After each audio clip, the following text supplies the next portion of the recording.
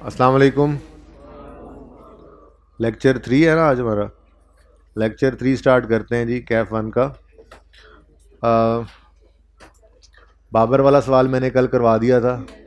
उस जैसे कुछ सवाल होमवर्क में दिए थे। होमवर्क करके आए हैं? कितने बच्चे होमवर्क करके आए? चलें, हाइब्रिड वाले भी ठीक है। चेक तो उसी दिन होना है जिस दिन आपने नहीं करके आना ना। 19 में कोई मसला आया? 18 मैंने करवाना है, ठीक है। अच्छा, उसके बाद यहाँ पे भी कुछ क्वेश्चंस थे होमवर्क में।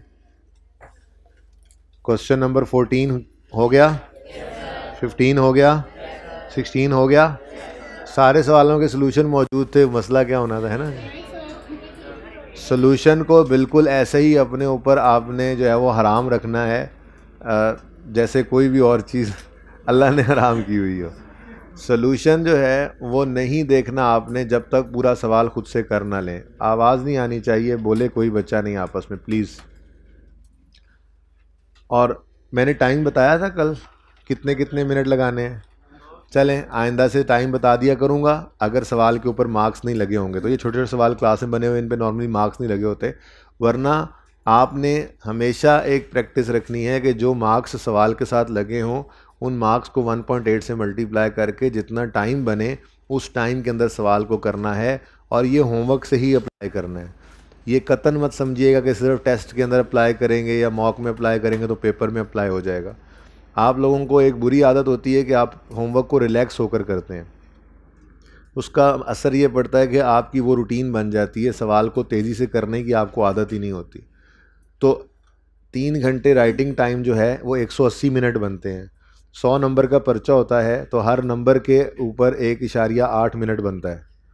तो आप जितने मार्क्स हों उसको 1.8 से मल्टीप्लाई करेंगे तो टोटल नंबर ऑफ़ मिनट्स आ जाएंगे जिसमें आपने उस सवाल को करना है। आप घर पे होमवर्क में भी वो काम करेंगे तो ही ये प्रैक्टिस आपको पेपर तक जो है वो इस काबिल करेगी कि आपका पर्चा 90% से ऊपर चला जाए, अटैम्प्ट होने में 85% से ऊपर।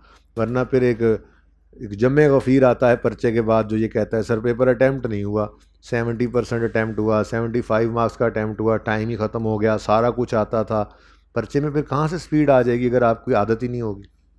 ठीक है। होमवर्क जो है वो मैं आप लोगों को पूरे सेशन के अंदर, मेरी कोशिश होगी कि 1.5 घंटे के अंदर अंदर रहते हुए दूँ। होमवर्क इतना हो कि आपका 1 से 1.5 घंटे के दरमियान हो जाए, सवा घंटे तक। कभी कभी वीकेंड पे ज़्यादा हो भी जाता है, वीकेंड तो वैसे भी डबल टाइम दिया जा सकता है। कभी ऐसा हो सेशन में, मतलब 2-3 हफ्ते बाद कोई एक दिन ऐसा आए जिसमें होमवर्क ज़्यादा हो जाए तो हो जाए। वरना मेरी कोशिश यही होगी कि आपको जो होमवर्क दिया जाए वो आपका सवा घंटे तक के आसपास का हो। मैक्सिमम लिमिट जो है वो 1.5 घंटा है। उसकी वजह ये है कि आप लोगों ने अगर 3 पर्चे रखे हैं, हर पर्चे को आप अगर 1 घंटा 15 मिनट 20 मिनट यानी एक से 1.5 घंटा अगर आप दे रहे हैं तो आप पास हो जाएंगे इंशाल्लाह। तो ये कम अज़ कम हर पर्चे का हक है। 2 पर्चे रखे हैं तो उन दोनों को 1.5 घंटा दे रहे हैं, सवा सवा घंटा रोज़ाना। और अगर 3 रखे हैं तो तीनों को, 4 रखे हैं तो चारों को। इसलिए ज़्यादा होमवर्क मैं नहीं दूंगा आपको, लेकिन एक से 1.5 घंटे का होमवर्क ये लाजमी है। ये तो कम अज़ कम इस पर्चे का हक है और हर पर्चे का हक है। हाँ, अब मसला ये होता है कि आप लोग जब होमवर्क करते हैं तो उस वक्त आप लोग होमवर्क को रिलैक्स होकर करते हैं, जिस वजह से वो 1.5 घंटे वाला होमवर्क अक्सर जो है वो 3 घंटे पे चला जाता है। आप कहते हैं बड़ा होमवर्क है, बड़ा पढ़ रहे हैं। पढ़ नहीं रहे होते आप। मोबाइल को बंद करके साइड पे रखेंगे और अलग थलग होकर बैठेंगे तो आपको 1.5 घंटे वाला होमवर्क सवा घंटे में होता हुआ नज़र आया करेगा। उसके बाद आपके पास खुला टाइम होगा, आप खेलें कूदें सोएं जो मर्ज़ी करें। लेकिन आप काम करते हुए ये जो गैजेट्स हैं ना आपके, इनसे ज़रा थोड़ा सा दूर रहेंगे तो आपके जो टाइम है आपका वो बचेगा। ठीक है। तो होमवर्क 1 से 1.5 घंटे से ज़्यादा नहीं होगा, प्रोवाइडेड कि आप उस होमवर्क को बिल्कुल अटेंटिवली करें और ये फजूलियात जो है वो साथ रखे बगैर करें, तो मोबाइल वगैरह। ठीक है।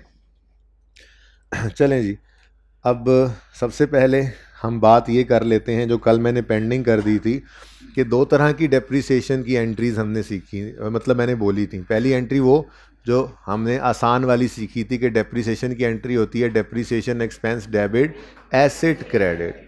मैंने कहा था आपको ये एंट्री बिल्कुल ठीक है, ये एंट्री बिल्कुल ठीक है, ये करना भी सीखेंगे, इसके सवाल भी मौजूद हैं, करवाऊंगा भी सही। लेकिन मैंने आपको कहा था कि अकाउंटेंट्स ये कहते हैं कि एसेट के अंदर होने वाली कमी को एसेट अकाउंट में क्रेडिट करने की बजाय एक अलग अकाउंट में रख लो और उसका नाम रख दो एक्यूमुलेटेड डेप्रिसिएशन। एसेट अलग पड़ा रहे, उसके अंदर होने वाली कमी अलग पड़ी रहे। अब एसेट जो है वो डेबिट नेचर की चीज़ है और अगर उसके अंदर कमी है तो वो जाहिर सी बात है क्रेडिट नेचर की चीज़ होगी।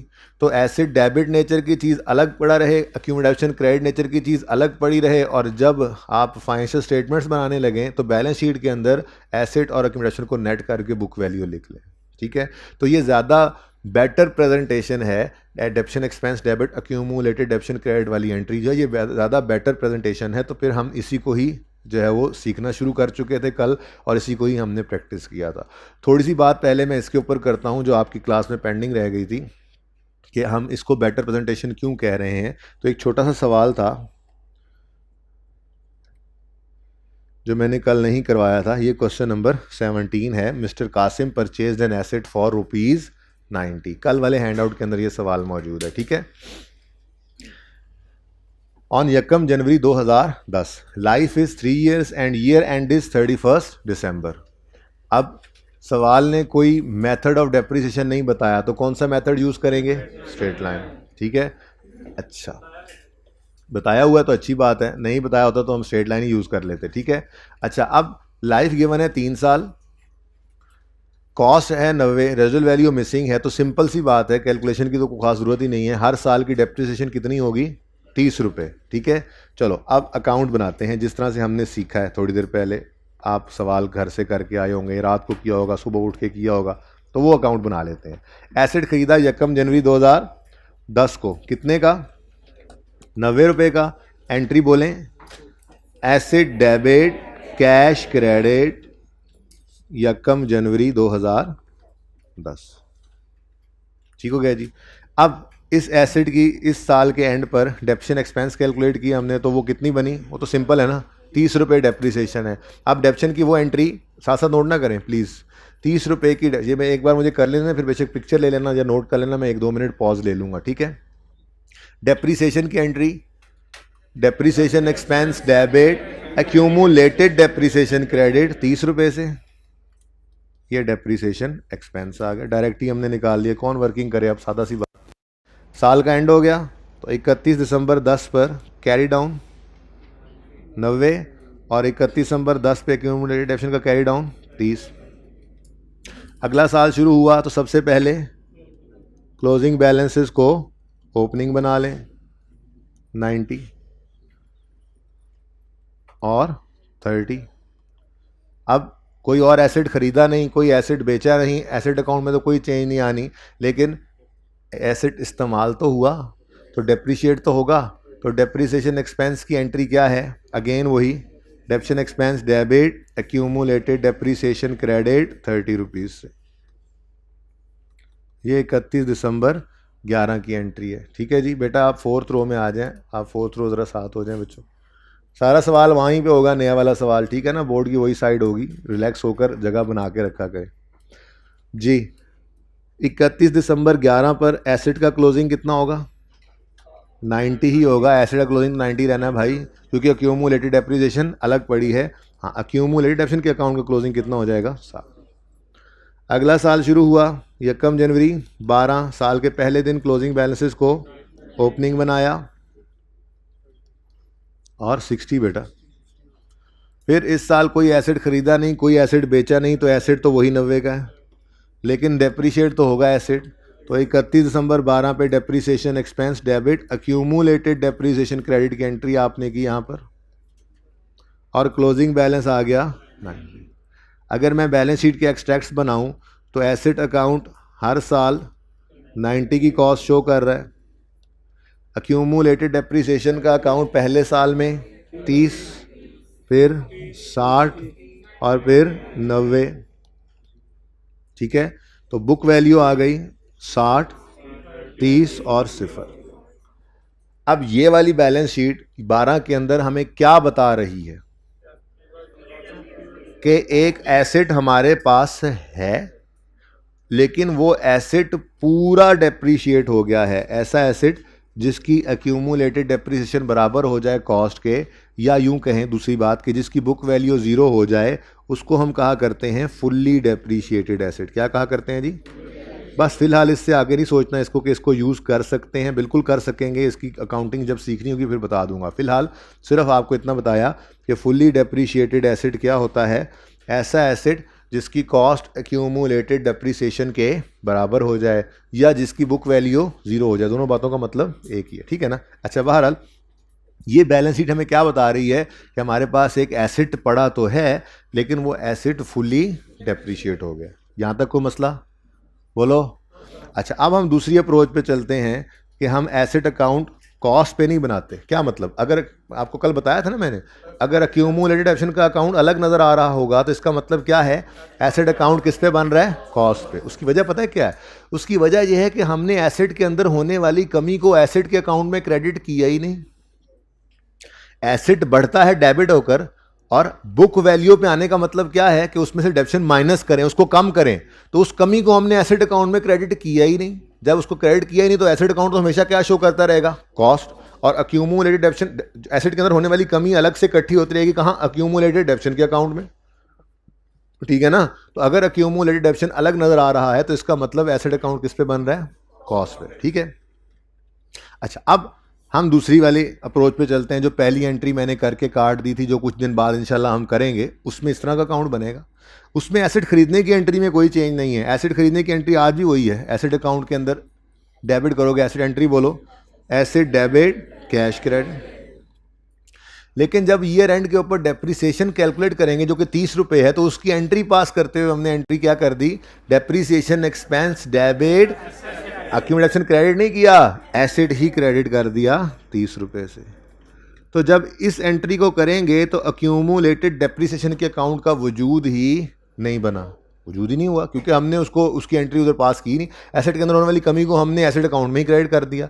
और जब ये काम हमने किया तो क्लोजिंग बैलेंस कितना आ रहा है? एसेट अकाउंट क्या शो कर रहा है? बुक वैल्यू शो कर रहा है। अब एसेट अकाउंट कॉस्ट शो, उधर देखो, एसेट अकाउंट क्या शो कर रहा था? हर साल क्या शो कर रहा था? कॉस्ट, क्योंकि एक्यूमुलेशन अलग इकट्ठी हुई पड़ी थी।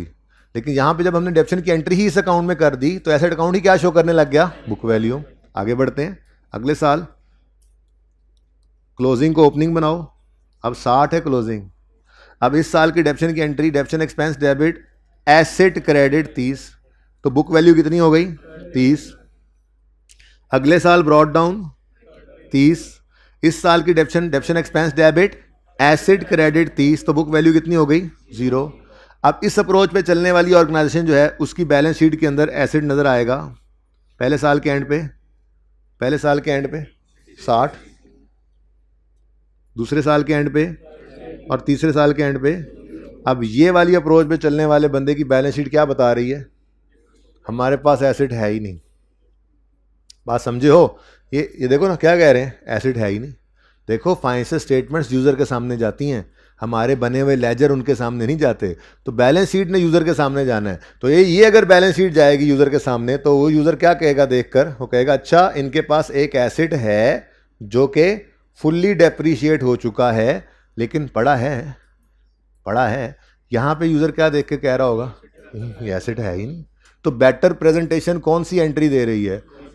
हैं दोनों सही, दोनों सीखेंगे। लेकिन कल मैंने एक जुमला बोला था, या गालिबन परसों कल ही बोला था, कि ये जो डेप्शन एक्सपेंस डेबिट एक्यूमुलेटेड डेप्शन क्रेडिट वाली एंट्री है, ये दोनों में से बेटर प्रेजेंटेशन इसकी वजह से आती है। वो अभी हमने इसको प्रूव कर लिया। बात समझ आ रही है? ये एक बात छोटी सी कल रह गई थी पेंडिंग, इसको नोट करना है तो कर लें, पिक्चर लेनी है तो पिक्चर ले लें। 1 मिनट। क्या पेपर में इस तरह से अकाउंट बनाना पड़ सकता है? हम सवाल कर लेंगे, ठहर जाओ पहले। इस तरह से एक तस्वीर में आ तो रहा है यार। हाँ तो सारा एक ही तस्वीर में ले लो ना। अच्छा है,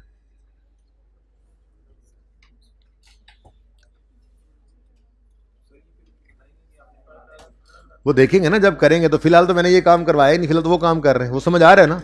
करते रहो, फिर जिसकी बारी जब आएगी तो देख लेंगे। बेटा देखें, ये हैं तो वैसे पैटी इश्यूज, लेकिन अगर रिक्वायरमेंट में उसने लेजर मांगे हो तो फिर डेप्रिसिएशन एक्सपेंस पूरा ही लिखना बेहतर है। फिर एब्रीविएशन यूज नहीं करने आपने।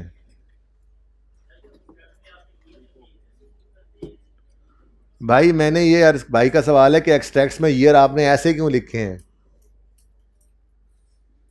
तो उसका जवाब ये है कि IS1 हमसे ये रिक्वायर करता है कि मोस्ट रिसेंट ईयर आपने जो है वो हमेशा पहले लिखना है और कंपैरेटिव पिछला ईयर बाद में लिखना होता है। तो बहरहाल को बहुत बड़ा गुनाह भी नहीं है कि आप 10, 11, 12 लिख दें, लेकिन जब बता दिया है तो 12, 11, 10 ही लिखना ज़रूरी है, ठीक है ना। ये IS1 की रिक्वायरमेंट है प्रेजेंटेशन की। यानी आपको फाइनेंशियल स्टेटमेंट्स जब भी नज़र आएंगी वो इसी तरह से नज़र आएंगी कि आपका 12 पहले होगा, फिर उसका कंपैरेटिव 11, या अगर 11 की बना रहे हैं तो 11 पहले होगा और उसका कंपैरेटिव था। कंपैरेटिव ईयर कहते हैं पिछले ईयर को। आप 12 में खड़े हो तो उसका कंपैरेटिव 10 नहीं है, 12 में खड़े हो तो उसका कंपैरेटिव 13 नहीं है। अगर आप 12 में खड़े हो तो उसका कंपैरेटिव इमीडिएटली पिछला साल 11 है, 11 में खड़े हो तो इमीडिएटली पिछला साल 10। तो पहले आपने रीसेंट ईयर को लिखना होता है और फिर कंपैरेटिव को। सवाल है, अंगड़ाई ले रहे थे? अच्छा अच्छा जी, नोट हो गया। चलें जी, अब आज वाला सवाल, जो बाकी तो सोल्यूशन वाले थे ना, एक वो एहसान वाला सवाल था जो सोल्यूशन वाला नहीं था। कितने बच्चों ने वो अटेम्प्ट किया है? ये इस क्लास के अंदर पढ़ाई का रुझान ज़रा कम लग रहा है। पहले वाली क्लास 100% होमवर्क करके आई हुई थी आज। तो सुबह सुबह आते हैं ना वो लोग, फ्रेश होते हैं, पढ़ने वाले बच्चे हैं, सुबह आते हैं। जो नालायक लोग हैं ना पढ़ने वाले हैं, वो फिर बाद में आते हैं। आप वो टेक्स्ट फिर सही पढ़ रहे होंगे, ये सही नहीं पढ़ रहे। कितने बच्चों ने होमवर्क में ये क्वेश्चन नहीं किया? कौन सा क्वेश्चन जी? ये वाला क्वेश्चन। हाथ खड़ा करें, कितनों ने ये नहीं किया? नहीं किया, क्यों नहीं किया? हाथ खड़ा रखें, हाथ खड़ा रखें, क्यों नहीं किया? फर्स्ट डे है, फर्स्ट डे है तो फिर पहले दिन ही होमवर्क नहीं किया हुआ, हद होगी। पहले दिन एक बच्चा पहले दिन ही होमवर्क ना करके आए, तौबा तौबा तौबा जी। और हाथ खड़ा करें, हाथ खड़ा करें, क्यों नहीं किया होमवर्क? हैं? यही नहीं किया, यही तो करने वाला सवाल था, बाकी तो सोल्यूशन देके कर लिया तुमने। हाथ खड़ा करें।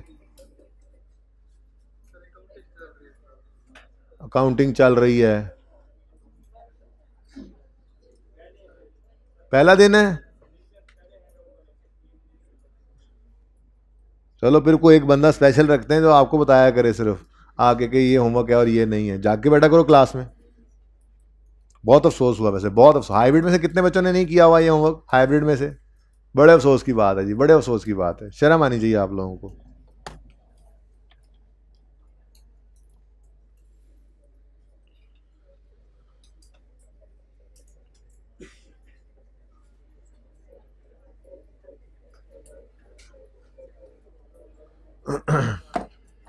चलें जी, शुरू करते हैं सवाल।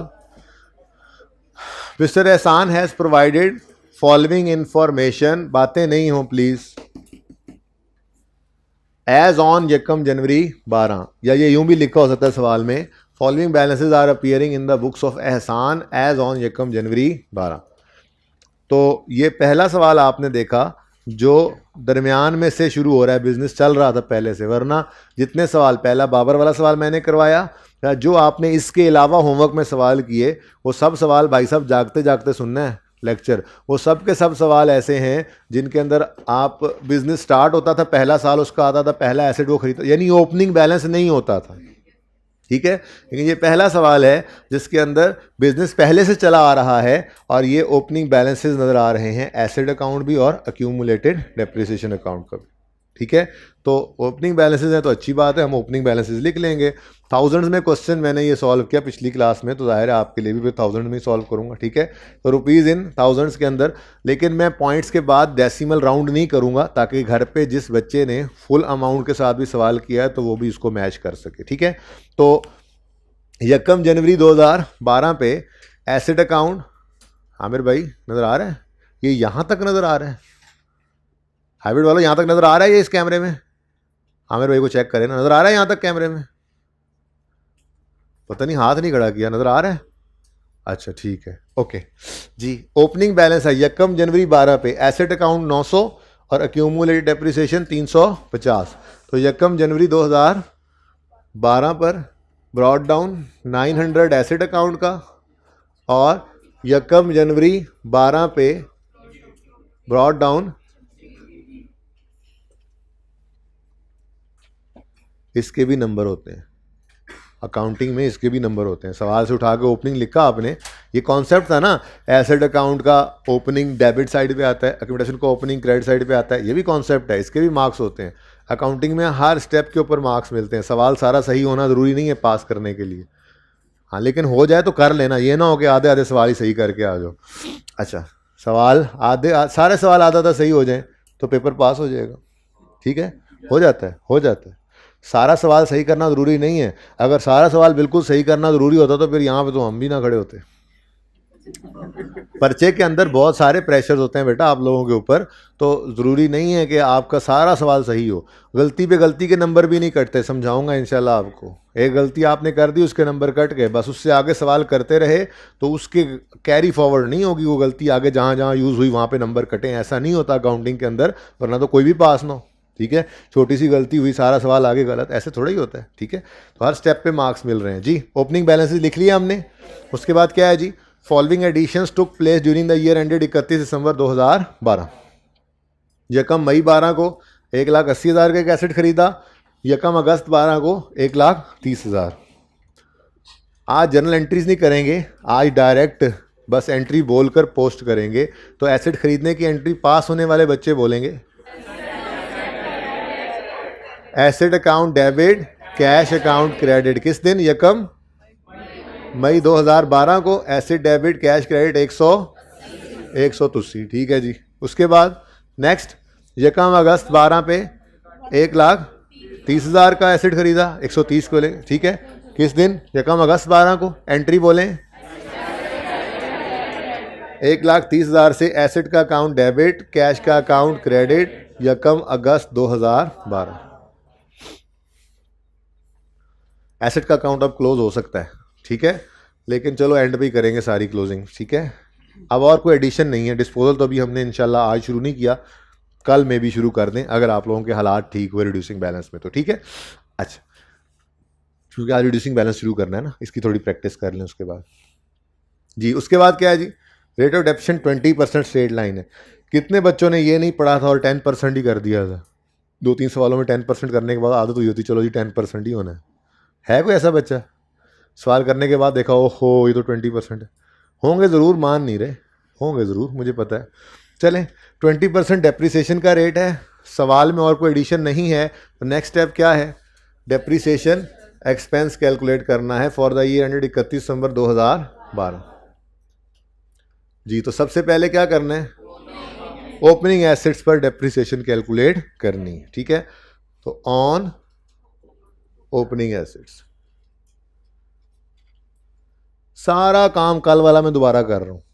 इनफैक्ट आज दूसरा मेथड पढ़ाऊंगा ना, तो उसके बाद भी सारा काम कल वाला होगा, थोड़ा सा चेंज कर लेंगे बीच में जहाँ जहाँ चेंज करना है, ठीक है ना।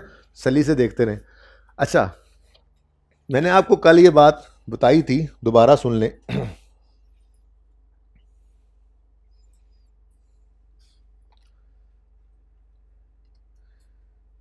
कि स्ट्रेट लाइन मेथड की खसूसियत क्या है कि एसेट की ज़िंदगी का जौन सा मर्जी साल हो, रेट ने कॉस्ट पे लगना है, या डिवाइड करते हैं लाइफ को, एक ही बात होती है ना, ठीक है। तो मैं यूं बोल दूं रेट ने कॉस्ट पे लगना है, ठीक है। स्ट्रेट लाइन मेथड हो तो एसेट्स की ज़िंदगी का जौन सा मर्जी साल हो, रेट ने किस पे लगना होता है? कॉस्ट पे। अब ओपनिंग एसेट्स का मतलब क्या होता है? वो एसेट्स जो पिछले साल के एंड तक हमारे पास मौजूद थे, पिछले साल के एंड पे हमारे पास पड़े थे। देखें, ओपनिंग और एडिशन ऑन फर्स्ट डे दोनों में फ़र्क है।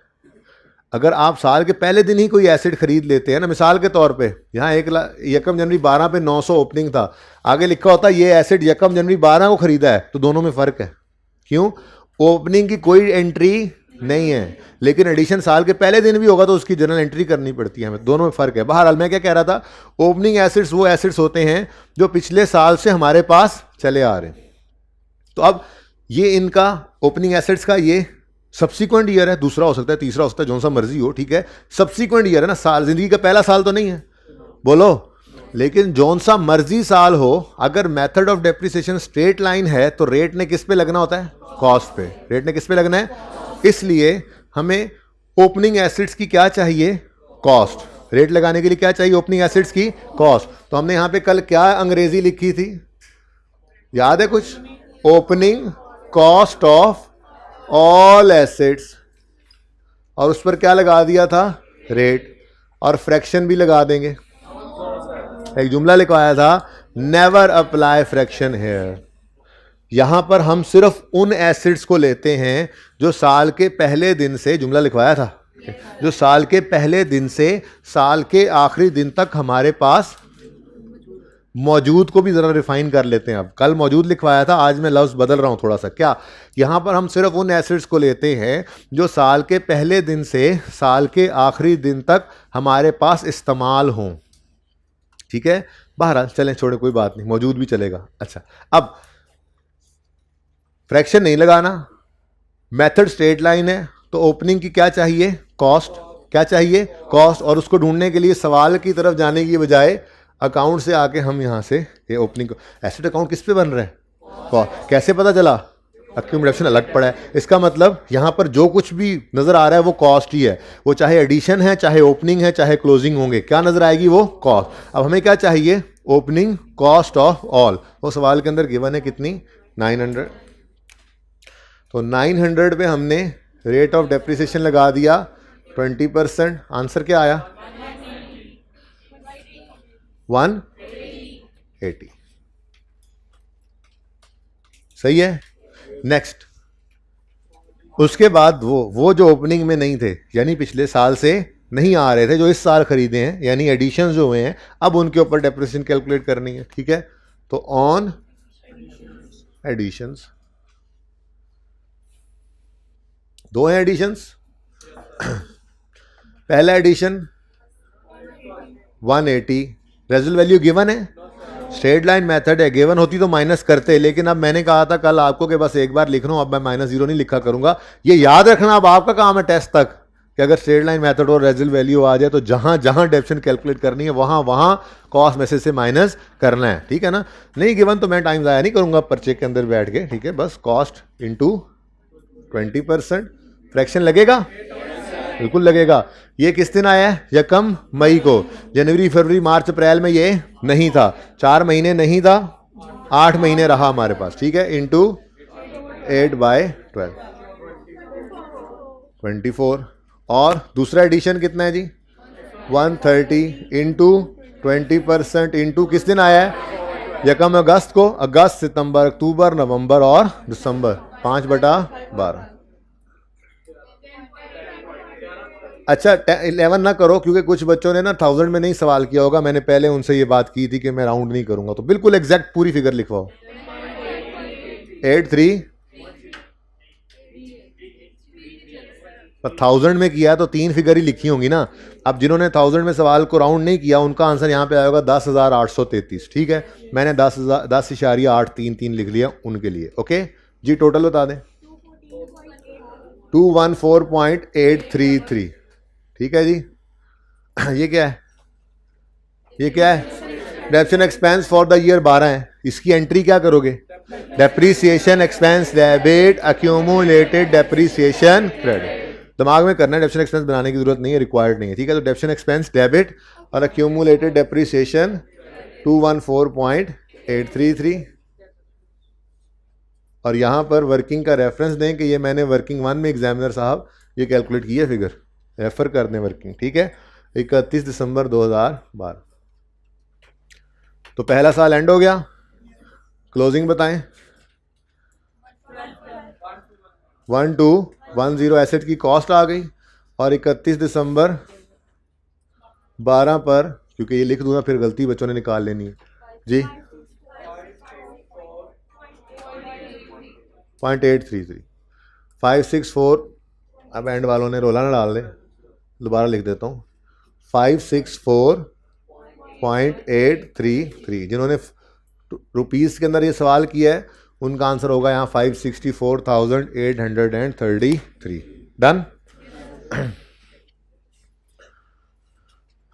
जी। 2012 के एक्सट्रैक्ट्स अगर बनाएं तो डेप्शन एक्सपेंस फॉर द ईयर कितना आया, 214.833। एसेट अकाउंट क्लोजिंग कितना शो कर रहा है, 1210। लेकिन बैलेंस शीट में डेप्रिसिएशन एक्सपेंस नहीं जाता फॉर द ईयर, बल्कि क्लोजिंग बैलेंसेस जाते हैं। एक्यूमुलेटेड डेप्रिसिएशन का क्लोजिंग बैलेंस 564.833।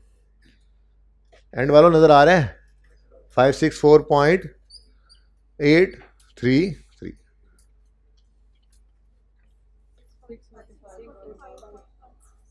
पॉइंट।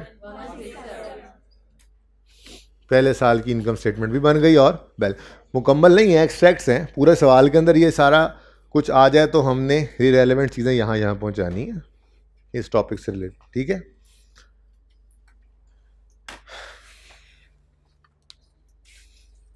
अच्छा जी, रिक्वायरमेंट क्या थी? हाँ, 13 के साल का भी अकाउंट बनाना है। अच्छा, कितने बच्चों का यहाँ तक सवाल बिल्कुल सही नहीं था? कितने बच्चों की गलती हुई बताएं, बता दें। ऐसे नहीं हो सकता कि ना हुई हो जी। क्या गलती हुई थी बेटा? यहाँ मंस गलत हुए? क्या हुआ? गलती शेयर करें, शाबाश, सीखते हैं हम सारे। माइनस क्या माइनस? मंस गलत लिए। अच्छा, ये सारी डिडक्शन को ऐड नहीं किया था। ये बड़ा ध्यान रखना, ये खामखा ये गलती हो रही है बच्चों से, ठीक है ना। पिछली क्लास में भी ये गलती रिपीट हुई है। बच्चे कहते हैं जी हमने ये ऐड नहीं किया। ये सारा ही deduction expense for the year है। ये वो एसेट्स की डिडक्शन है जो पहले से चले आ रहे हैं, ये वो जो हमने इस साल खरीद के इस्तेमाल किए, ठीक है। अभी बेचेंगे तो वो भी ऐड हो जाएगा, डिस्पोजल वाली डिडक्शन भी। और किसकी गलती हुई? और मंथ्स की गलती हुई। ये छोटी मोटी गलतियां इंशाल्लाह ये आज के होमवर्क में कोशिश करेंगे कि हमारी ना आए। किसी ऐसे सवाल में गलती नहीं हुई होगी जिसका सोल्यूशन मौजूद है ना। सोल्यूशन ना देखा करें पहले, ठीक है, पास होने वाले बच्चे, ओके, सवाल करने के बाद। अच्छा जी, अब 13 का साल भी है। ये कितने बच्चों ने पढ़ लिया था? कितनों से ये रह गया था, 13 छोड़ दिया, भूल गए, 13 नहीं किया, 12 पे एंड कर दिया। हैं ऐसे बच्चे भी माशाल्लाह। उस्ताद को पता होता है, मानते 2-4 ही हैं, होते 10, 12, 15 हैं वो वाली गलती वाले, ठीक है। 13 में कोई एडिशन कोई डिस्पोजल नहीं हुआ तो सवाल तो आगे हो ही नहीं सकता। भाई एडिशन डिस्पोजल नहीं है तो क्या हुआ? एसिड तो पड़े हैं, इस्तेमाल तो हुए हैं, डेप्रीशिएट तो हुए हैं, तो ठीक है, माना कि सबसे पहला काम क्या करना है? यकम जनवरी 13 पर क्लोजिंग बैलेंसेस को क्या करना है? ओपनिंग बनाना है। तो 12-10 ओपनिंग बन गया, और यहाँ पर यकम जनवरी 13 पर 564.833 ओपनिंग बन गया। अब कोई एडिशन नहीं है, कोई डिस्पोजल नहीं है, तो एसेट अकाउंट जो ओपनिंग है वही क्लोजिंग बन जाएगा। 31 दिसंबर 13 पर 12,10,000। और जब कोई ओपनिंग वही क्लोजिंग बन गया है तो यहाँ पे भी जो ओपनिंग है वही क्लोजिंग बन जाएगा। क्या हुआ? अच्छा, डेप्रिसिएशन एक्सपेंस कैलकुलेट करना है, चलो कर लेते हैं, कोई मसला नहीं। डेप्रिसिएशन एक्सपेंस की वर्किंग चल रही है, यहाँ लिख देते हैं for the year ended 31 December 2013। Opening assets बिल्कुल हैं, मौजूद हैं ऑन ओपनिंग एसेट्स। ये ओपनिंग एसेट्स पड़े हैं, सारे के सारे ओपनिंग हैं, एडिशन तो कोई है ही नहीं। अब 12,10,000 पर 20% लगाया आपने, कोई फ्रैक्शन नहीं लगना, सारा साल इस्तेमाल हुए, साल के पहले दिन पे ही हमारे पास मौजूद है, ठीक है ना। कोई एडिशन, कोई डिस्पोजल, तो यही हमारा टोटल है बस 242। Depreciation expense for the year 2013 आ गया। एंट्री बोलो। एसिड डेबिट किसने बोला? कुछ होश के नेल्स पकड़ो जी। डेप्रीसिएशन एक्सपेंस डेबिट दिमाग में, और एक्यूमुलेटेड डेप्रीसिएशन, ये इतनी सिंपल वर्किंग थी, यहां ब्रैकेट में भी हो सकती थी, बहरहाल हम तरतीब पे चल रहे थे तो वहीं पे कर लिया हमने इसको। 31 दिसंबर 2013 क्लोजिंग क्या आ गया जी?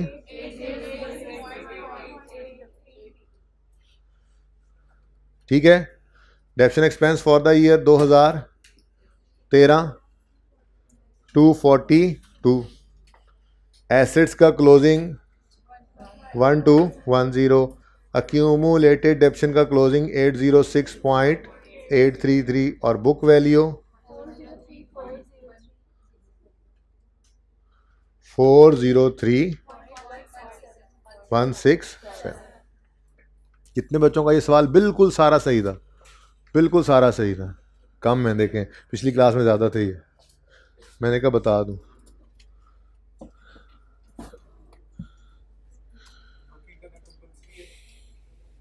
जी कर लें, बेहतर है। देखें ना, मैं नहीं देना है। देखें मेरी बात सुने, इस फिगर के मार्क्स हैं मिसाल के तौर पे 1.5 और इसको यहाँ पर पोस्ट करने के मार्क्स हैं 0.5, तो इन टोटल ये 2 नंबर की एक एडजस्टमेंट है मिसाल के तौर पे। अब इसमें से आपने ये सही कर लिया, ये सही कर लिया, यहाँ पे मंथ्स गलत लिख गए, तो आपको 0.5 मिल गया, ये 0.5 यहाँ कट गया, 1 नंबर मिल गया यहाँ से, ठीक है ना। अब ये 1 नंबर यहाँ से और इसकी पोस्टिंग वहाँ पर, उसका आधा नंबर भी सही मिलेगा, गलती के नंबर यहाँ पे कट गए, ठीक है ना। तो ये गलत फिगर को भी यही सही यहाँ उठाकर लिखने के मार्क्स पूरे मिलेंगे। तो इसलिए वर्किंग करने का फ़ायदा ये होता है कि जो सही किया उसके मार्क्स आपको मिल जाते हैं। और वर्किंग वैसे करनी ही चाहिए, ज़बानी नहीं करना चाहिए, मुश्किल सवालों में ये बड़ा तंग करता है। जहाँ आसानी होगी वहाँ पर मैंने कहा तो है कि ये वर्किंग जो है ये यहाँ पर इस तरह हेडिंग देने के बजाय यहाँ ब्रैकेट में भी कर सकते थे, लेकिन वर्किंग शो करना ज़रूरी है। ये आप नहीं कह सकते कि यहाँ आप 242 डायरेक्ट ही लिख दें, नहीं, चाहे ये ब्रैकेट उठा के एज इट इज़ यहाँ पे लिख दो, ये वर्किंग की हेडिंग ना बनाओ, सब कुछ ना करो, लेकिन ब्रैकेट के अंदर वो वर्किंग शो करना फिर भी ज़रूरी है। बताना है एग्जामिनर को कि साथ वाले से देख के मैंने नहीं लिखा, कैलकुलेट किया ऐसे।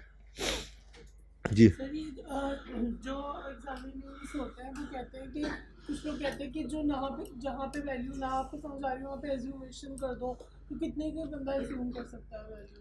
अब भाई अब जहाँ पे समझ नहीं लगेगी वहाँ पे अज्यूम कर लेंगे, वैसे ज़रूरत नहीं पड़ेगी। फिलहाल तो इस सवाल के अंदर कोई ज़रूरत नहीं है, अभी तक कोई ऐसा सवाल हमने नहीं किया जिसमें अज्यूम करने की ज़रूरत पड़े, तो चलने दो, फिलहाल आने दो ऐसी कोई सिचुएशन। ले आए जी, हाँ जी, ये सवाल हो गया 18वां भी। 19वां होमवर्क जो था सरासिस वाला सवाल हो गया था, पक्की बात है।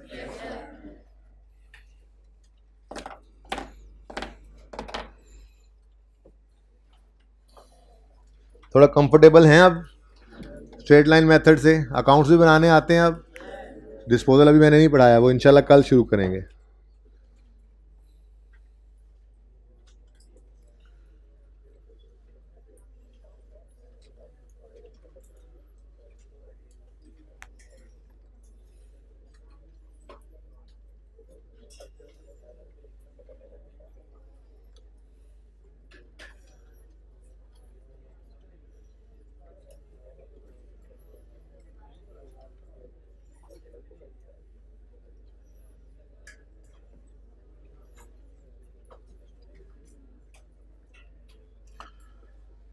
अच्छा जी,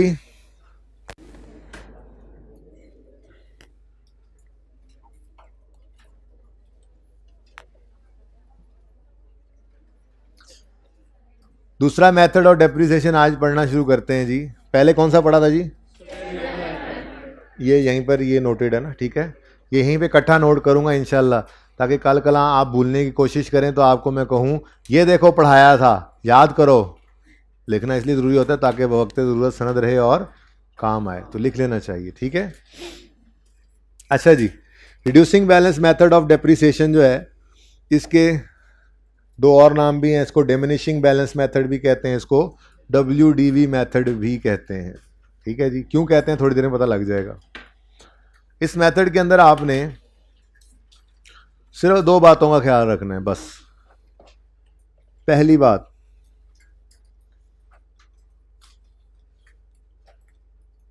ignore residual value while calculating depreciation expense, while calculating depreciation expense। यानी अगर सवाल के अंदर आपको रेजिडुअल वैल्यू सवाल के अंदर वो दे दे,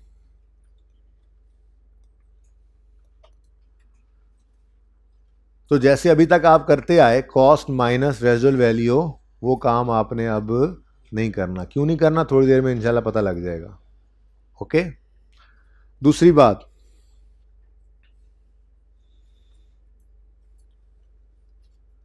rate of depreciation is applied to the book value of asset. हमेशा रेट ऑफ डेप्रिसिएशन जो है वो बुक वैल्यू ऑफ एसेट्स पर अप्लाई होगा। ये दूसरा ध्यान आपने रखना है, ठीक है, सही है। ये दो बातों का ख्याल रखते हुए हम अपना आज का सवाल करते हैं। आज वाला हैंड आउट सबके पास मौजूद है? हाँ, साइम वाला क्वेश्चन, अच्छा कोई बात नहीं, मेरे पास मौजूद है, मैं ओपन कर लेता हूँ, जाते हुए पकड़ लीजिएगा, कोई मसला नहीं है, ठीक है, एंड पे मौजूद। पिछले वाले भी वहीं पे पड़े होंगे, जाते हुए क्लास के बाद यहीं पे ही बैठ जाना सारे हैंड आउट लेके। यार टीए रूम में इतने बच्चे कैसे आएंगे, ठीक है ना। सारे हैंड आउट्स यहाँ पे सामने रख दो, ऊपर लेक्चर 1 2 3 लिखा होगा, जिसको जो चाहिए होगा वो ले लेगा, ठीक है ना। सारे यहाँ पे ढेर लगा दो। अच्छा जी आज के हैंड आउट के अंदर जी सेकंड पॉइंट मैं अभी अप्लाई करता हूँ ना, फिर पता लग जाएगा। वैसे मैंने बोला ये है सेकंड पॉइंट में कि रेट ऑफ डेप्रिसिएशन जो होगा वो हमेशा किस पे अप्लाई करना है। कहाँ से सवाल आया है? रेट ऑफ डेप्शन किस पे अप्लाई करना है? अभी तक मैंने साथ ही ये भी बोला है, अभी तक हम क्या करते आए हैं, रेट ऑफ डेप्शन को कॉस्ट पे अप्लाई करते हैं। तो ये तो फर्क तो था ना, ये डिफरेंस थोड़ा डिफरेंस तो नहीं है, ठीक है। स्ट्रेट लाइन मेथड में हर साल डेप्शन रेट किस पे लग रहा था? कॉस्ट पे। रिड्यूसिंग बैलेंस में हर साल डेप्शन रेट किस पे लगेगा? वाज़े फ़र्क है। इसी वजह से तो इसको बुक वैल्यू मेथड यानी WD मेथड भी कह देते हैं, ठीक है ना। तो ये वाज़े फ़र्क है। स्ट्रेट लाइन मेथड में हर साल रेट किस पे लगता है? कॉस्ट पे। छोड़ दो उसको, छोड़ दो, बात की बात है, ठीक है। स्ट्रेट लाइन मेथड में हर साल रेट किस पे लगता है? कॉस्ट पे। और रिड्यूसिंग बैलेंस में हर साल रेट किस पे लगता है? बुक वैल्यू पे। वाज़े फ़र्क है, ठीक है। और दूसरा वाज़े फ़र्क क्या है? स्ट्रेट लाइन के अंदर हमने कॉस्ट माइनस रेजिडुअल वैल्यू किया था अगर गिवन थी सवाल में, तो रिड्यूसिंग बैलेंस में नहीं करेंगे, ठीक है। आज नींद पूरी करके नहीं आए, क्या वजह हुई? आज पहला दिन है? नहीं, दूसरा दिन है, क्या करते रहे हैं? 1:30 बजे क्या पढ़ते रहे थे? नींद इंसान बनो यार। तुम सोओगे तो फिर क्या होगा? खो जाओगे। जो सोता है वो खोता है।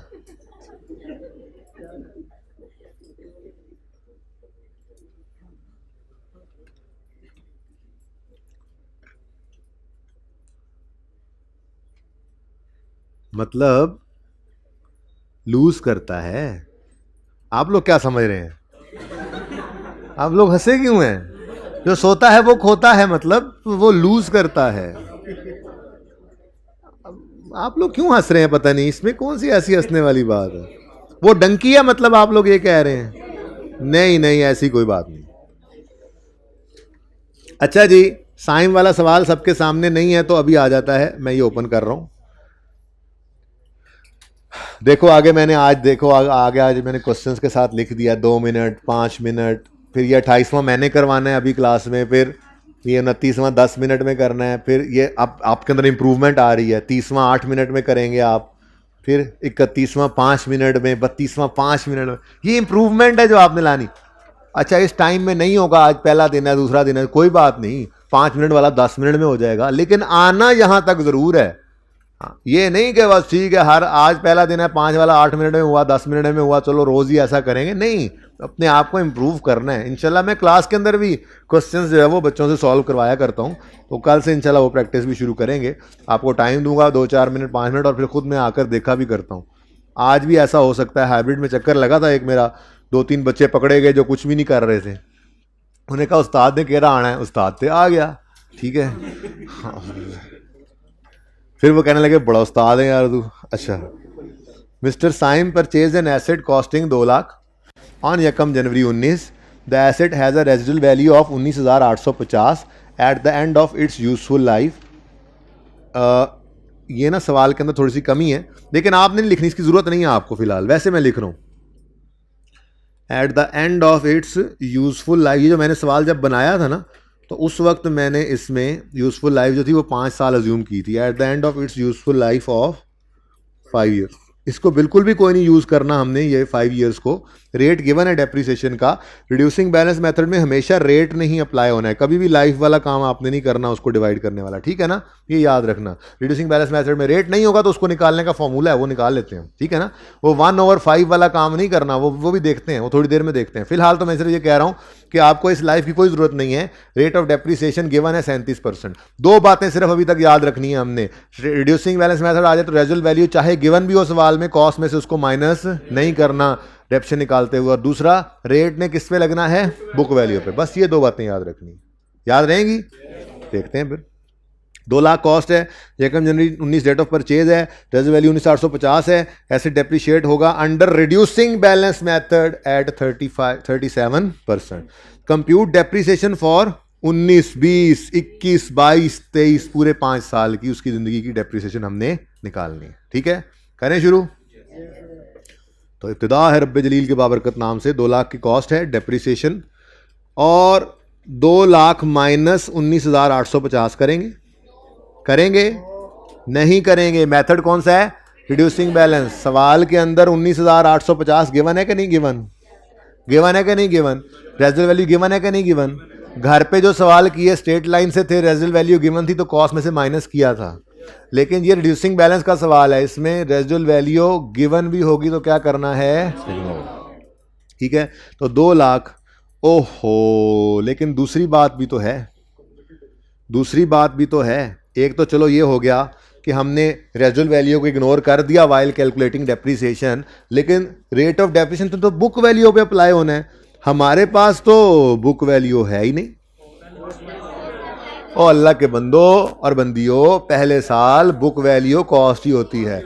यानी यकम जनवरी 19 पर अगर कोई एसेट हमारे पास आया है तो वो किताबों में, बुक्स में कितने पे नजर आएगा, 2 लाख पे ही आएगा। अभी तो उसने वैल्यू लूज की ही नहीं है, ठीक है। तो ये एंड पे जाके फिर जब डेप्रिशिएट करना है तो पहले साल के अंदर, मैंने जानबूझ के वो लाइन लंबी नहीं की ताकि आपको बात याद आसानी से रह जाए।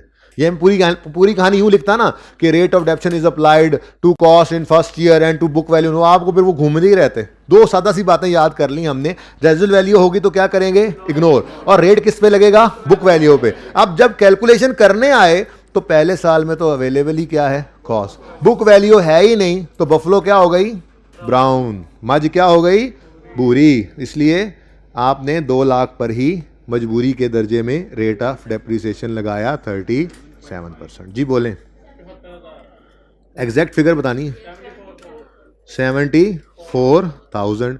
अब कॉस्ट में से 74,000 की डेप्शन माइनस करो, 120, ये 126,000 बीवी है किस दिन की, 31 दिसंबर 19। इसको हम अकाउंटिंग में यकम जनवरी 20 भी कह सकते हैं, ठीक है ना। अकाउंटिंग में ये इंटरचेंजेबली, मैंने कहा चलो ऐसे ही बता दूं, अकाउंटिंग में ये डेट्स इंटरचेंजेबली यूज होती हैं, ओके। अच्छा, अब अगला साल आया, 31 दिसंबर 2020 की डेप्रिसिएशन हमने निकालनी थी, तो 2 लाख के ऊपर रेट लगाएंगे। यही तो सिखाया था कि रेट ने हमेशा किस पे लगना है, बुक।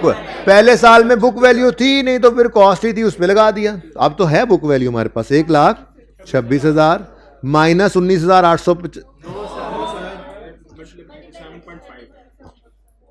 जी, 46,620 जी।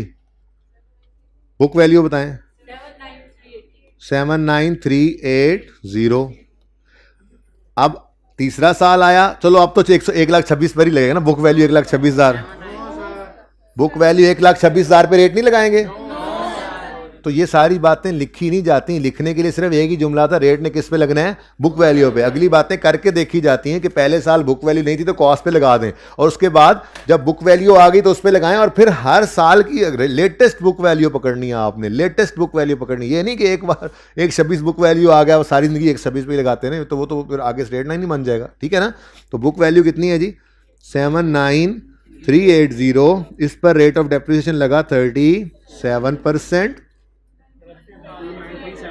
29,000 370 730 370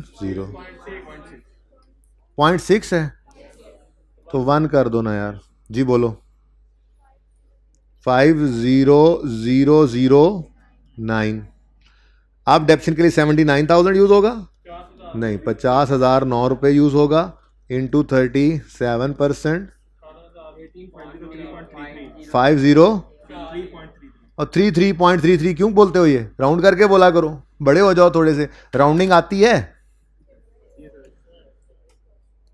10.3 है तो इसका मतलब क्या लिख लिया करेंगे 10, 10.4 है तो क्या लिख लिया करेंगे 10, 10.5 है तो क्या लिख लिया करेंगे 11, 10.9 है तो क्या लिख लिया करेंगे 11। राउंड अप राउंड डाउन, ठीक है ना। तो अगर 0.4 तक कोई डेसिमल हो तो राउंड डाउन कर लिया करना, और अगर 0.5 या उससे ऊपर चला जाए तो राउंड अप कर लेना। ये राउंडिंग है। अब क्लास के बाद कुछ बच्चे आगे पूछते हैं सर पेपर में ऐसे ही करना है। नहीं नहीं, पेपर वाली क्लासें हम पेपरों के बाद शुरू करेंगे, इसमें तो शुगर लगाने आए हुए हैं। पेपर में जो करना है वही बता रहा हूं ना यहाँ पे, ठीक है। तो पेपर में राउंडिंग करनी है, आहिस्ता आहिस्ता सीखेंगे, राउंडिंग करते जाएंगे, पॉइंट्स के को गले नहीं डाला करेंगे ऐसे ही अपने, ठीक है ना। अच्छा जी, ओके। तो व्हाट इज द बीवी 315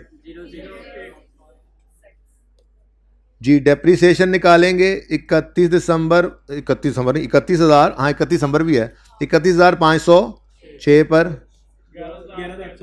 37%, 657। आंसर बताओ 84, ऑलमोस्ट 19850। थोड़ी बहुत राउंडिंग करके आए हैं ना, इस वजह से ये फर्क पड़ा। वरना अगर आप गौर फरमाएं तो 5वें साल के एंड पे 19,850, वो राउंडिंग की वजह से 19,849 हो गया है। ये बुक वैल्यू खुद ब खुद निकल आई। ये खूबसूरती है इस मेथड की। स्ट्रेट लाइन मेथड के अंदर आप रेजिडुअल वैल्यू माइनस करके लाइफ के एंड तक आओ ना, तो आपकी बुक वैल्यू तब बचती है। वो रेजिडुअल वैल्यू में रेजिडुअल वैल्यू तब बचती है, बुक वैल्यू जो होती है ना वो रेजिडुअल वैल्यू होती है। लेकिन रिड्यूसिंग बैलेंस में ये करने की ज़रूरत नहीं पड़ती। उसकी वजह ये है कि ये जो रेजिडुअल वैल्यू है, ये रिड्यूसिंग बैलेंस का रेट निकालते हुए फॉर्मूला में इन बिल्ट कर दी जाती है। अभी सिखाने लगा हूँ। मिसाल के तौर पे अगर सवाल के अंदर ये रेट गिवन ना होता, ठीक है, तो ये काम नहीं करना डिवाइड बाय 5 कर दें हम, वो तो फिर स्ट्रेट लाइन की तरफ चला जाएगा। अगर स्ट्रेट लाइन मेथड अगर रिड्यूसिंग बैलेंस मेथड के अंदर रेट इज अ मस्ट, ठीक है, रेट होना लाजमी है। और अगर रिड्यूसिंग बैलेंस मेथड के अंदर रेट गिवन ना हो तो फिर निकालने के लिए एक फॉर्मूला यूज होता है। वो फॉर्मूला है, मैं लिखता हूं 1 minus nth root s over c।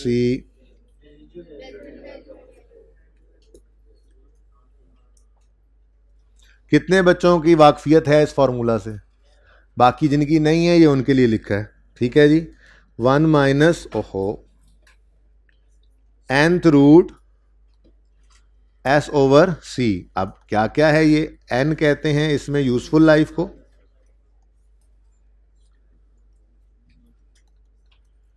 s scrap value या रेजिडुअल वैल्यू को कहते हैं, और c कॉस्ट को। और एक अहम बात जो मैं भूल गया, इस सारे को बाद में 100 से मल्टीप्लाई भी करना है क्योंकि परसेंटेज चाहिए ना हमें, ठीक है, इनटू 100। ये फॉर्मूला डन जी।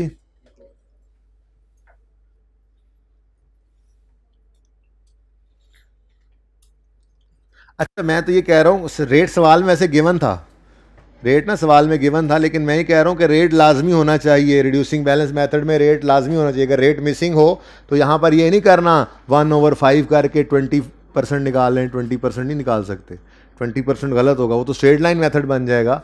यहाँ पर फिर हमें ये फार्मूला यूज़ करके रेट निकालना पड़ेगा, ठीक है। अब ये फार्मूला अप्लाई करके देखते हैं होता भी है या नहीं। करें?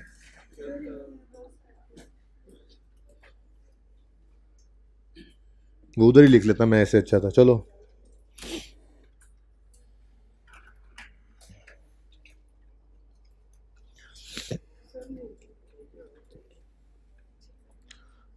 अच्छा जी,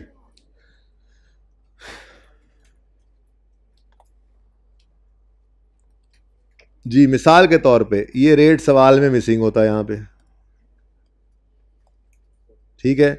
तो हम इसको निकालने के लिए ये फॉर्मूला यूज़ करते, हम रेट निकालने के लिए कहते जी 1 माइनस यूज़फुल लाइफ है 5 साल और रेजुअल वैल्यू है 19,850 और कॉस्ट है 2 लाख और इस सारे का जो आंसर आए उसको 100 से करो मल्टीप्लाई, आंसर क्या आता है 36.99 जो कि ऑलमोस्ट 37% होता है। तो ये जब मैंने सवाल बनाया था तो उसके अंदर ये रेट मैंने इस तरह से निकाल के लिखा था, ठीक है ना, ताकि बच्चे को प्रूफ कराना पड़े तो करा सकूं। तो वो लाइफ में लिखना भूल गया था, लाइफ मैंने लिख दी है, लाइफ 5 साल यूज़ की थी, मुझे याद है सवाल के अंदर, ठीक है ना। तो ये अगर सवाल में मिसिंग होता तो ये हम इस तरह से कैलकुलेट कर लेते, लेकिन सवाल के अंदर ये फिगर अवेलेबल थी, ये सारी एक्सरसाइज करने की आपको कोई ज़रूरत नहीं है, ठीक है ना, वो सवाल में अवेलेबल थी। बहरहाल सीखा क्या हमने,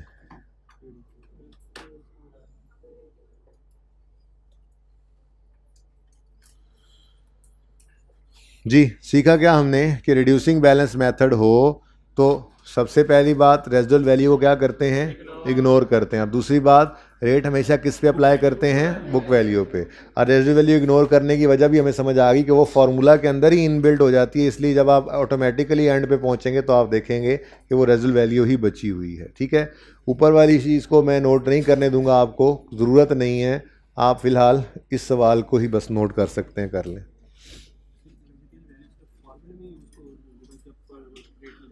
अगर रिड्यूसिंग बैलेंस मेथड, भाई का सवाल है कि रेजिडुअल वैल्यू सिर्फ फार्मूला में यूज़ होगी, भाई अगर रिड्यूसिंग बैलेंस मेथड है तो बिल्कुल सिर्फ फार्मूला में ही यूज़ होगी, और अगर रेट निकाल के सवाल ने दे दिया है तो फिर वो कहीं भी यूज़ नहीं होगी, वो सिर्फ आपको परेशान करने के लिए, कंफ्यूज करने के लिए, गलती कराने के लिए दी गई होगी कि आप कॉस्ट में से इसको माइनस करें लाइक स्ट्रेट लाइन, ओके। लेकिन अगर स्ट्रेट लाइन मेथड होगा तो जमाई लेने वाले भाई, स्ट्रेट लाइन मेथड होगा तो फिर रेजिडुअल वैल्यू को जब जब रिडक्शन कैलकुलेट करेंगे तब उसको कॉस्ट में से माइनस करना पड़ेगा, ठीक है स्टूडेंट।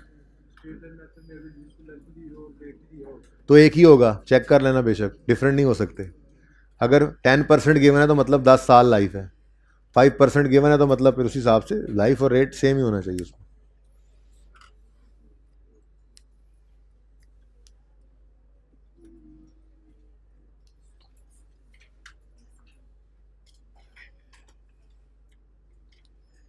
नौ 20 पे क्लास शुरू होती है ना, अभी 2-4 दिन लगेंगे टाइम याद होते होते। 25 पे शुरू होती है। आज कितने पे शुरू हुई थी? 9 यार, 26 पे शुरू हुई, अच्छा 9:25 पे शुरू होती है तो 10:25 और 11:05। मुझे क्यों लगता है कि ये काम में टाइम,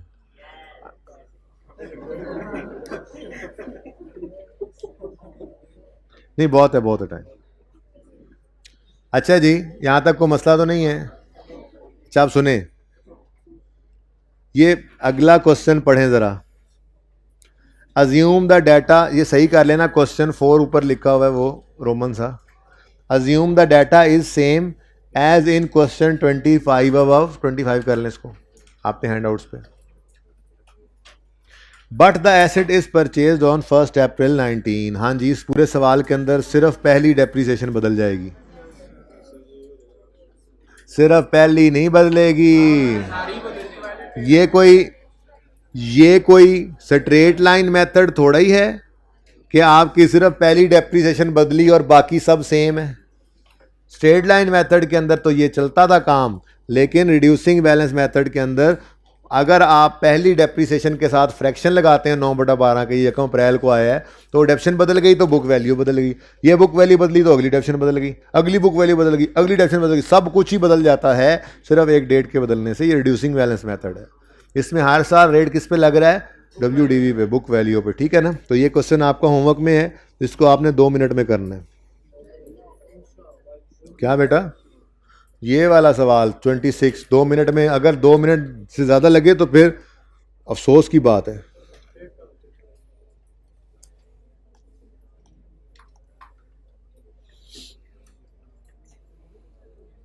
क्वेश्चन 27 ये कल मैं खुद भी करूँगा, प्लीज़ सुन लें। उसकी वजह यह है कि ये सवाल जब तक मैं क्लास में ना करूँ मेरी तसल्ली नहीं होती। ये एक ही सवाल है जिसके अंदर कॉस्ट गिवन है, रेजल वैल्यू गिवन है, लाइफ गिवन है, डेट ऑफ परचेज गिवन है और 4 साल की पूरी लाइफ पे इस एसेट की डेप्शन निकालनी है, स्ट्रेट लाइन मेथड से भी और रिड्यूसिंग बैलेंस मेथड से भी। तो आपने आमने सामने इन दोनों सवालों को करना है, नहीं एक सवाल को दोनों दफ़ा करना है। मैं भी आमने सामने ये क्लास के अंदर करूँगा आपके सामने, ताकि सही मानों में पता लग सके आपको कि फॉर्मेट तो दोनों में सेम ही था, जैसे हमने वर्किंग का फॉर्मेट रखा है। तो डेप्शन एक्सपेंस कहाँ कैलकुलेट हो रहा है, फ़र्क कहाँ पे है, ये आपको क्लियर हो जाए। इसके अंदर होगा क्या, आपने यूज़फुल लाइफ 4 साल को अगर स्ट्रेट लाइन में यूज़ करना है तो डिवाइड बाय 4 भी कर सकते हैं। अगर रेट निकालना चाहें तो 1/4 करेंगे, 25% रेट भी आ जाएगा। लेकिन जब रिड्यूसिंग बैलेंस मेथड से इसी सवाल को करने लगेंगे तो फिर आपको 1/4 करके रेट नहीं निकालना, फिर अभी जो फॉर्मूला बताया है उससे रेट निकालोगे। स्ट्रेट लाइन मेथड में cost minus resale value into rate कर रहे होगे, रिड्यूसिंग बैलेंस में कॉस्ट पहले साल और बुक वैल्यू अगले साल में और रेट जो निकाला है उससे मल्टीप्लाई कर रहे होगे। ठीक है, तो ये सवाल भी आपने करना है। 5 मिनट मैंने वैसे ही दे दिए, 5 मिनट से जल्दी हो जाएगा इंशाल्लाह। जी 26 में बेटा पहले साल में कहाँ से सवाल आ रहा है?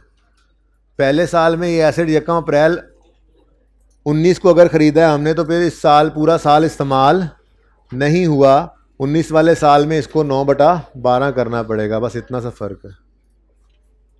मुझे बताना नहीं चाहिए था, वैसे ये आप लोगों को खुद करना चाहिए था। अच्छा जी, ये क्वेश्चन नंबर 28 आप देख रहे हैं, ये सवाल मैं अभी अभी आपको सॉल्व करके दूंगा। साकिब भाई ज़रा मिटा दो मुझे, मैंने क्वेश्चन नंबर 28 करना है, उसी हिसाब से मिटाना, लेजर बचे रहे हैं और दूसरा साल भी उड़ा देना, 1 साल का ही अकाउंट। अच्छा जी छोड़ें, आप उनको, वो कर लेंगे, उनका काम उनको करने दें, आप अपना काम करें। इधर देखें, होमवर्क में क्वेश्चन 29 है, साथ लिखें इसके 10 मिनट में ये करना है। 3 साल के अकाउंट्स बनाने हैं इसलिए मैंने 10 मिनट दे दिए। रिड्यूसिंग बैलेंस मेथड यूज़ हो रहा है, कोई मसला नहीं है, रिड्यूसिंग बैलेंस वाला सवाल ही करवाना है आपको, वो करवाऊंगा तभी आप घर पे जाके करेंगे ना। ठीक है, खूब प्रैक्टिस कर लेनी है। अभी मैंने डिस्पोजल नहीं डाला इसमें, इसीलिए आज तीसरा दिन हो गया, मैं आपको सिर्फ जो है वो सिंपल डेप्शन और वो अकाउंट्स बनाना सिखा रहा हूँ। ये आपकी चीज़ें कंक्रीट हो जाएंगी तो डिस्पोजल ऊपर ऐड कर लेंगे, हर चीज़ फिर साथ साथ ऐड करते चले जाएंगे। तो इसलिए खूब तसल्ली से इसकी प्रैक्टिस करनी है आपने। कल आकर मैं एक आध सवाल आपको क्लास में खुद पहले आपसे करवाऊंगा, फिर वो सॉल्व करूंगा, मुझे तसल्ली हुई स्ट्रेट लाइन और रिड्यूसिंग बैलेंस सही है तो कल डिस्पोजल शुरू कर देंगे, वरना फिर डिस्पोजल भी परसों शुरू करेंगे। तो ये आप लोगों के फीडबैक के ऊपर क्लास की स्पीड हुआ करेगी, ये जहन में रखिएगा।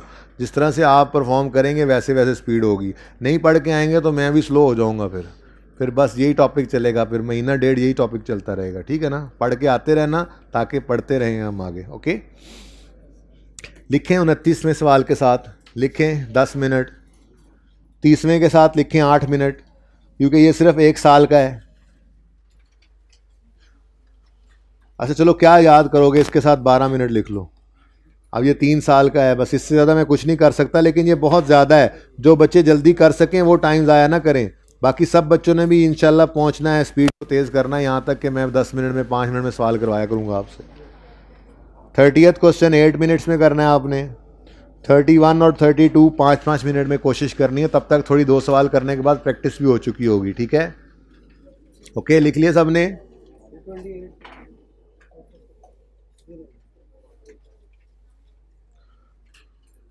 कौन बोला 28? मैंने करवाना है, करें शुरू जी।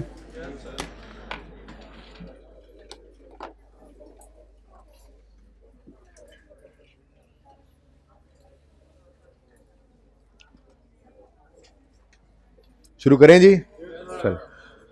फॉलोइंग बैलेंसेस, ये क्लास बोलती भी बहुत है, खासतौर पे फीमेल स्टूडेंट्स। मैं निकाल देता हूँ क्लास से फीमेल स्टूडेंट्स को भी, चुप करके बैठना है। Following balances are appearing in the books of Raheel as on 1 January 15। Asset account और एक्यूमुलेशन अकाउंट 50 और 20, ये क्या है? ओपनिंग है। तो ये मुफ्त के नंबर तो लें, हैं, सवाल होता है नहीं होता, ये नंबर तो लें, क्या ख्याल है जी? तो 1 जनवरी 15 पर ब्रॉट डाउन 50,000 में चल रहा है, चलो अच्छा हो गया ऊपर। और 1 जनवरी 15 पर ये 12 वाला कौन था बदतमीज? 12 कहीं है वैसे आसपास? पता नहीं फिर कहाँ से 12 आया था। अच्छा जी, उसके बाद addition of 15,000 took place on यकम मार्च 2015। बच्चों एडिशन इस तरह से, यार वैसे ये तो कोई बात ना हुई। ज़रा ट्राई करो ना, 2 मिनट हैं आपके पास, 2 मिनट में सवाल पूरा करो। 3 मिनट ले लो, मैं चक्कर लगा के आता हूँ ज़रा हाइब्रिड वाले क्या कर रहे हैं। ये सवाल करो, मैंने करवाना है, जल्दी करो, देखते हैं कौन सही कर लेता है। मेथड रिड्यूसिंग बैलेंस हो गया है, बाल खराब हो रहे हैं सबके। अब जो रजिस्टर खुल रहे हैं ना उनकी खैर नहीं है। ये जो अभी शुरू कर रहे हैं, मैं आ रहा हूं इनके पास, ये आखिरी 3-4 रोज वाले।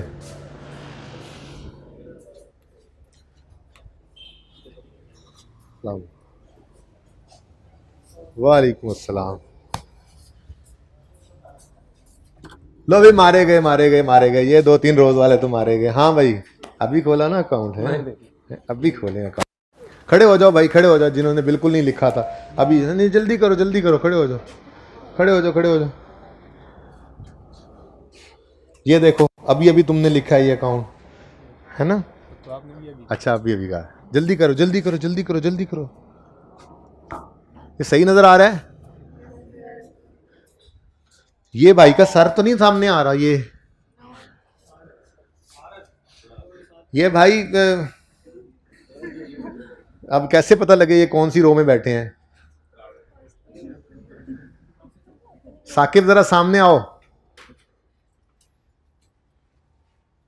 वैसे इतना नहीं है मसला, है ना, चल जाता है काम। साकिब, ये बच्चे के सर पे हाथ रखना जरा, जो लग रहा है आपको ऊंचा है। नहीं, हाँ ये थोड़ा सा है, चल रहने दो, ठीक है, चलेगा काम। मैं कह देता हूँ उनको, सारे बच्चे पीछे बैठ जाएंगे। जी बेटा, मुझे क्या पता, अभी तो आप लोग सवाल कर रहे हैं, ये तो मैंने तो करवाना है अभी। मैंने बता दिया तो फिर फायदा क्या? पढ़ लो पढ़ लो पढ़ लो, हाँ पढ़ लो, इसी दफ़ा पास कर लो।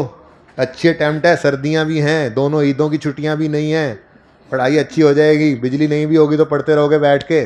पढ़ लो इस दफ़ा, अगली बार 2 ईदें भी होंगी सेशन में, गर्मी भी होगी।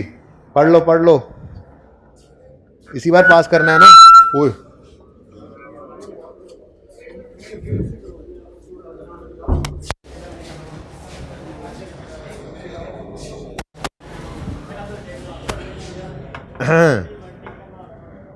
What is going on here? इतना बड़ा रजिस्टर बेटा। वालेकुम अस्सलाम, क्या हाल है? कहाँ से आए हो तुम पढ़ने? इस्लामाबाद से पढ़ने आए, और अगर ना पढ़े तो यहाँ पे चौक होगा और तुम होगे और मैं होऊंगा, और तुम्हें क्या मार पड़ रही होगी। भाईजान आप क्या मेहमान हैं? अभी आए हैं? कहाँ से कहाँ से हैं? वैसे पैदल आए हो कि आज पहुंचे हो? फिर रास्ते तो कब के खुल गए हैं? इंट्रो पड़ी हुई है तो फिर कल से क्यों स्टार्ट करोगे? फिर आए बैठो सवाल करो ना यार, इंट्रो की हुई है तो। बॉल पॉइंट नहीं है, इसको दो यार बॉल पॉइंट। कोई कैलकुलेटर नहीं है? मैं सवाल कराता हूँ फिर चेक करना। इससे ले लें, अब अकाउंटिंग करनी है।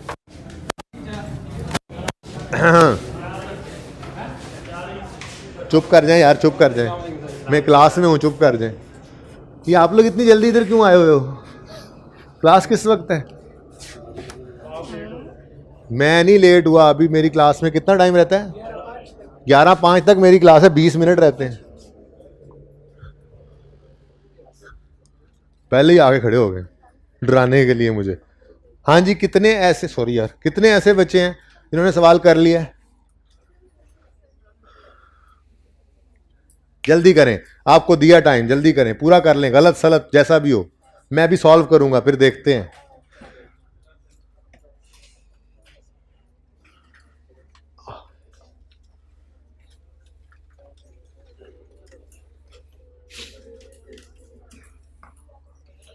कल थोड़ा सा मुझे कोई 1-2 बातें शायद मैंने तेज़ पढ़ा दी थी आपकी क्लास में, और थोड़ा कम भी पढ़ाया था।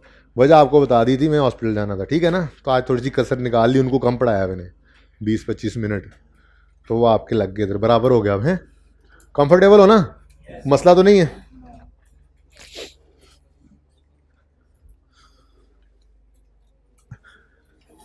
जल्दी कर लो निकम्मो, निखटुओ।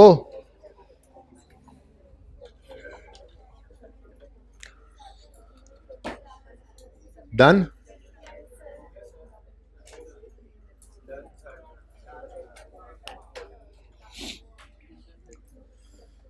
कितने बच्चे अभी तक कर रहे हैं? बस ये 20 सेकंड में कर लें वरना रुक जाएं फिर।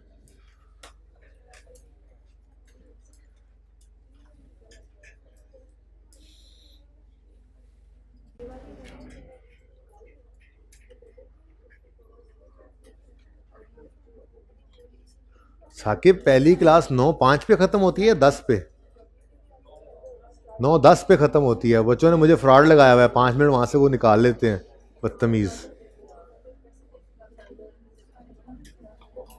मुझे लग गई समझ, याद आ गया मुझे। जब भी मैं पूछता हूँ कहते 9:05 पे क्लास खत्म होनी। आपकी कितने बजे खत्म होनी है? 11:05 पे?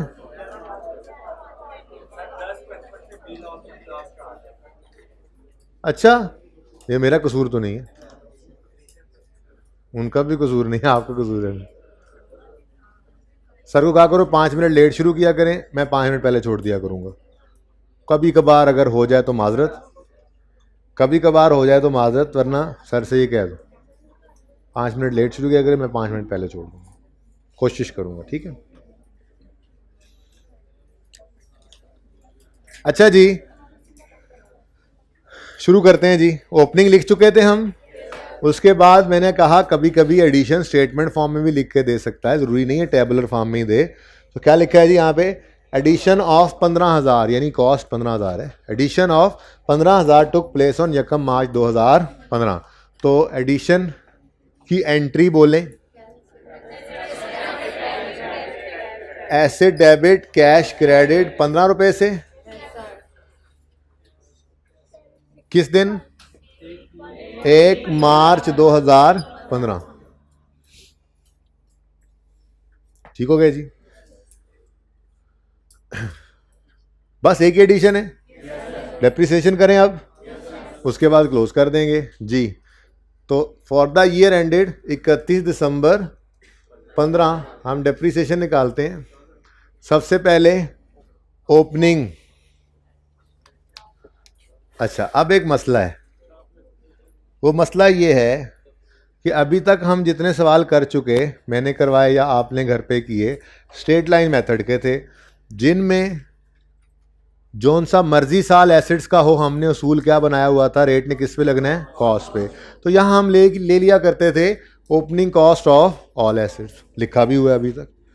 लेकिन रिड्यूसिंग बैलेंस मेथड में इस 2 लाख पे हर साल रेट नहीं लग रहा है, गौर कर रहे हैं? हर साल कॉस्ट पे रेट नहीं लग सकता, सिर्फ पहले साल कॉस्ट पे रेट लग सकता है। उसके बाद हमें क्या चाहिए होती है? Book value. जैसे ये ओपनिंग बुक वैल्यू थी 126, अगले साल की डेप्शन में ये यूज़ हुई, फिर ये 79,000 थी, अगले साल ये यूज़ हुई। तो इसका मतलब पहले साल के अलावा हमें क्या चाहिए होगा? रिड्यूसिंग बैलेंस मेथड के लिए रेट लगाने के लिए क्या चाहिए हुआ करेगा? Book value. अब ओपनिंग एसेट्स का मतलब ही क्या है? जो एसेट्स पिछले साल से चले आ रहे हैं, जो इस साल के एसेट्स नहीं हैं। तो जो पिछले साल से चले आ रहे हैं, ये तो उनका सब्सीक्वेंट ईयर है कि नहीं है? ये उनका पहला साल है या दूसरा, तीसरा, चौथा होगा? पहला नहीं है, पहला नहीं है। ओपनिंग वाले एसेट्स वो हैं जो पिछले किसी साल, पिछले साल आए या उससे पिछले साल आए या उससे पिछले साल आए, हमें नहीं पता, इस साल के नहीं है, पिछले साल से रिलेट करते हैं। ओपनिंग का मतलब ही है पिछले साल क्लोजिंग में हमारे पास मौजूद थे। तो अगर ओपनिंग एसेट्स हैं तो फिर इनका तो सब्सीक्वेंट ईयर है, इनकी तो डेप्रिसिएशन निकालने के लिए कॉस्ट पे रेट नहीं लग सकता। हमें क्या चाहिए? Book value. क्या चाहिए? Book value. और बुक वैल्यू निकालने के लिए पहले तो ये देख लेना, यहाँ पे क्या चाहिए हमें? कॉस्ट की बजाय book value of all assets. ये फर्क पड़ा, वाहिद फर्क अभी तक ये पड़ा है। पूरे सवाल को हम उसी तरह से करके आ गए थे, कोई फर्क नहीं था सिवाय इसके, ठीक है? अब बुक वैल्यू निकालने का फॉर्मूला बताया हुआ है आपको। क्या फॉर्मूला है? कॉस्ट माइनस, तो कॉस्ट माइनस एक्यूमुलेटेड। मैंने आपको यह बताया था कि बुक वैल्यू जिस दिन की चाहिए हो, कॉस्ट में से उस दिन तक की डेप्रिसिएशन को माइनस कर देना। बुक वैल्यू जिस दिन की चाहिए, कॉस्ट में से उस दिन तक की बुक एक्यूमुलेशन को माइनस कर देना। मतलब अगर आपको क्लोजिंग डेट पर बुक वैल्यू चाहिए तो कॉस्ट में से माइनस कर दोगे क्लोजिंग डेट तक की बुक एक्यूमुलेशन को, और अगर आपको ओपनिंग डेट पे बुक वैल्यू चाहिए तो आप कॉस्ट में से माइनस कर दो ओपनिंग डेट तक की एक्यूमुलेटेड डेप्रिसिएशन। अब हमें कौन सी बुक वैल्यू चाहिए? ओपनिंग। इधर देखो, जैसे यहाँ पे मैंने आपको बताया था, पिछले साल की जो बुक वैल्यू है अगले साल की डेप्शन में उसने यूज होना है जो पिछले साल के एंड पे थी, ठीक है ना। तो आप पिछले साल के एंड या इस साल के स्टार्ट में अगर बुक वैल्यू निकालनी है तो वो कैसे निकलेगी? Opening cost of all assets में से माइनस करेंगे opening accumulated depreciation of all assets. अब opening cost of all assets कहां पड़ी है? एसेट अकाउंट एट कॉस्ट बन रहा है, तो ये ओपनिंग कॉस्ट सारे एसेट्स की पड़ी है, बोलो। और opening accumulated depreciation of all assets कहां पड़ी है? ये एक्यूमुलेशन अकाउंट के अंदर ओपनिंग पड़ी है। तो ये 50 और 20 को नेट करेंगे तो क्या आ जाएगा? Opening book value of all assets, ठीक है। तो हम, ठीक है, 30 आता है लेकिन मैं फिर भी लिख रहा हूं cost, opening cost of all assets, समझ आ रही है, minus opening accumulated depreciation of all assets, ठीक है जी, इनटू रेट। फ्रैक्शन लगेगा ओपनिंग एसेट्स पे, सिर्फ वही एसेट्स वही पड़े होते हैं जो साल के पहले दिन से आखिरी दिन तक हमारे पास इस्तेमाल हो, ठीक है। तो 6006 डन। ये सिर्फ इतना सा फर्क आया यहां पे। ओपनिंग आसानी चल रही थी, स्ट्रेट लाइन मेथड में आसानी थी, कॉस्ट पकड़ते थे रेट लगा देते थे। यहां पे आसानी नहीं, थोड़ी सी मुश्किल आ गई। क्या? कॉस्ट की बजाय क्या चाहिए? बुक वैल्यू निकालना कौन सा मुश्किल है? यहां पहले सिर्फ कॉस्ट लेते थे, अब इस कॉस्ट में से इस डेप्रिसिएशन को माइनस कर दो, इस दिन की बुक वैल्यू आ जाएगी, इस पर रेट लगा दो। मसला क्या है? समझ आ रही है? डन। नेक्स्ट क्या है? एडिशंस के ऊपर डेप्रिसिएशन लेनी है जी। एडिशन कितने हैं? एक ही एडिशन है, उसकी कॉस्ट कितनी है? लेकिन हमें रिड्यूसिंग बैलेंस मेथड में बुक वैल्यू चाहिए। पहले साल में बुक वैल्यू कॉस्ट ही है, ठीक है ना। छोड़ दो फिर उठाएंगे, ठीक है। तो 15 माइनस रेजुअल वैल्यू करेंगे। अवल तो गिवन नहीं है, गिवन होती भी तो क्या करते? इग्नोर करते। तो ये बार बार चीजें बस रिवाइज करनी है, 1-2 दिन में चीजें याद हो जाएंगी, ठीक है जी। 3 लिख लो, 3 क्यों? पूरा साल इस्तेमाल नहीं हुई, जनवरी फरवरी में तो ये मशीन, ये एसिड था ही नहीं हमारे पास, ठीक है। 10/12 5 8.5 क्या आ गया? Depreciation expense for the year. इसकी entry depreciation expense debit accumulated depreciation. ना अकाउंट बनने में कोई फर्क है, ना डेप्रिसिएशन एक्सपेंस की एंट्री में कोई फर्क है, ना एसिड खरीदने में कोई फर्क नहीं है, सिवाय ओपनिंग डेप्रिसिएशन को। डेप्रिसिएशन की कैलकुलेशन में फर्क है जी, सिर्फ ओपनिंग के वक्त भी और एडिशन पे भी फर्क है। फर्क क्या है? अगर रेजुअल वैल्यू गिवन होती तो इग्नोर करते, स्ट्रेट लाइन में इग्नोर ना करते, बस इतना सा फर्क है। बाकी देखो सारा सवाल वैसा, लेजर वैसे, एंट्रीज वैसी, सब कुछ सेम है, ओके। तो फर्क आपने आइडेंटिफाई करते रहना है, मसला नहीं होगा कभी भी इंशाल्लाह, ठीक है जी। 31 दिसंबर 15 पर, ये 15 लिखने की मैंने कोशिश की थी, 65 और 31 दिसंबर 15 पर 28.5। 2015 सिर्फ एक ही साल है। Depreciation expense for the year है 8.5। एसेट का क्लोजिंग, एक्यूमुलेटेड डेप्रिसिएशन का क्लोजिंग, बुक वैल्यू। कितने बच्चों का ये सवाल सारा सही हो गया था? अब पहली बार आपने खुद सही किया है, बाकियों का इंशाल्लाह बाद में सही हो जाएगा, ठीक है जी।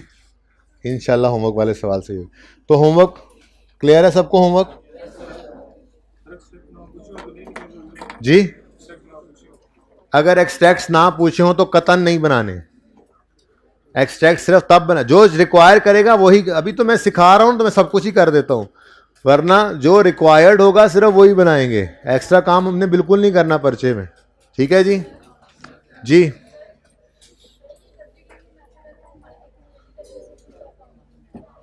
बेटा WDV सवाल ये है स्टूडेंट का, भाई सुन लें, ये कन्फ्यूजन होता है, ज़्यादा क्लियर तब होगा जब मैं एसेट अकाउंट बुक वैल्यू बनाना सिखाऊंगा। बहरहाल फिर भी अभी भी हो जाएगा, गौर से सुने, कोई बोले नहीं आपस में, मैंने कहा रजिस्टर बंद करो यार। ओ भाई साहब, उधर तुम्हारा बैग खुला हुआ, तुम्हारा मुंह खुला हुआ है, जमाई भी ले रहे हो, बैग भी खुला हुआ है, हद हो गई यार। मैंने कहा है छुट्टी हो गई है। सवाल ये, क्वेश्चन ये है स्टूडेंट का कि जब WDV मेथड है यानी बुक वैल्यू मेथड, तो फिर एक्यूमुलेशन का अकाउंट क्यों बन रहा है? मैं इसका जवाब ये है कि WDV मेथड ऑफ डेप्रीसिएशन है बेटा, एसेट अकाउंट को बुक वैल्यू बनाने की बात नहीं हो रही है, ये दोनों अलग अलग चीज़ें हैं। डेप्रीसिएशन एक्सपेंस कैलकुलेट करने के दो मेथड्स हैं, स्ट्रेट लाइन से करें या रिड्यूसिंग बैलेंस मेथड से करें। जब वो डेप्रिसिएशन एक्सपेंस निकल आता है तो उसकी जर्नल एंट्री के फर्क से एसेट अकाउंट या कॉस्ट पे आएगा या बुक वैल्यू पे आएगा।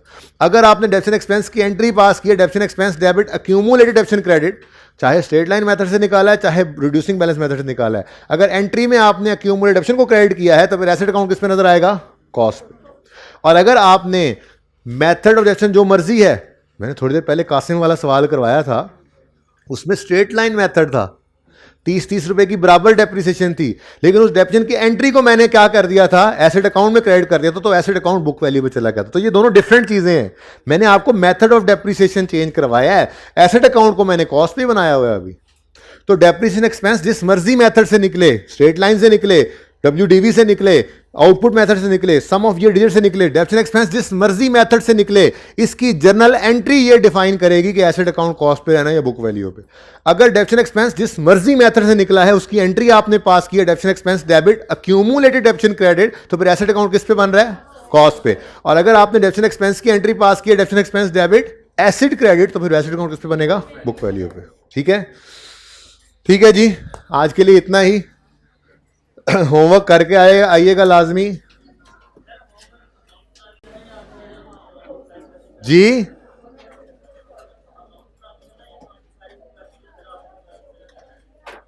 भाई होमवर्क में लिखा हुआ है, रिक्वायरमेंट्स लिखी हुई हैं, इसमें डेप्रिसिएशन कैलकुलेट करनी है, इसमें अकाउंट्स बनाने हैं। रिक्वायरमेंट पढ़ना ना मेरे चांद, रिक्वायरमेंट पढ़ोगे, उसमें लिखा होगा क्या करना है। ठीक है, ठीक है जी, अल्लाह हाफिज।